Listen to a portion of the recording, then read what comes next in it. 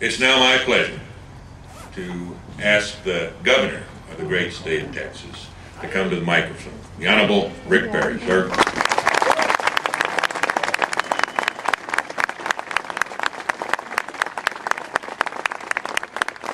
Well, hey, thank you very much for your service, sir, and for your continued service to our country and the role that you play now.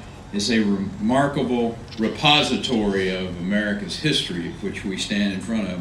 You know, when he wrote the words, "Among the men who fought on Iwo Jima, uncommon valor was a common virtue," I suspect that Admiral Nimitz was thinking of fellow Texans like First Lieutenant Jack Loomis. See, Jack was born up in Ellis County. He was educated over at Baylor. That was before he was posthumously awarded the Medal of Honor for his bravery on those black volcanic sands.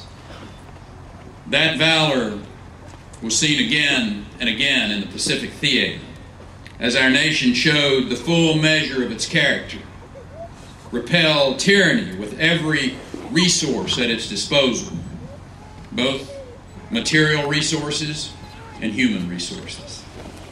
It's an honor to be here today with the veterans of that conflict, individuals who left family, farms, factories, colleges, to pour out their youth in the fiery chaos of battle. And they returned to build a free nation that still inspires this world.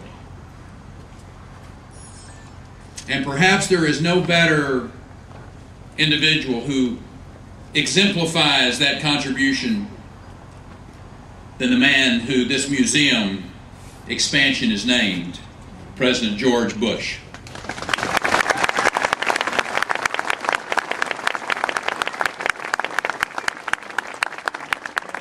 Sir, in the finest traditions of our nation, you devoted your adult life to the service of our country, from the cockpit of a TBM Avenger to the White House.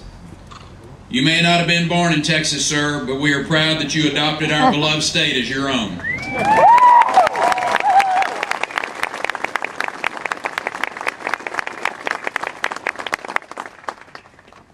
And you continue today to set the example of service for generations that will follow. To you and your fellow veterans who are represented here today, I say thank you. Your collective example of selfless devotion inspires us yet today as we savor the freedoms that you won for us. Support our troops who again defend our way of life on two battlefronts. As we gather, there are thousands of young Texans serving overseas, continuing your generation's proud tradition of heading to the front lines, wherever, whenever freedom is threatened. Joe Conway, I had the privilege of visiting our troops in Iraq and Afghanistan just this last year in January and again in June. I came home more convinced than ever before our freedoms and our future were in good hands because of the tradition of selfless service is alive and well in those young men and women of our armed forces today.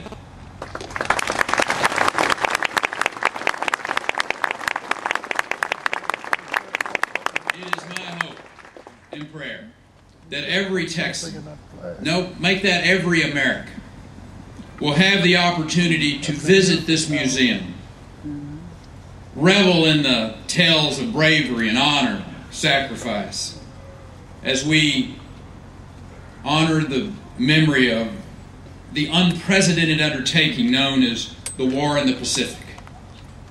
I'm reminded of the words uttered again by Admiral Nimitz after accepting Japan's final surrender in Tokyo Bay.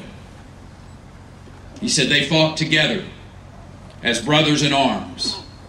They died together. And now they sleep side by side.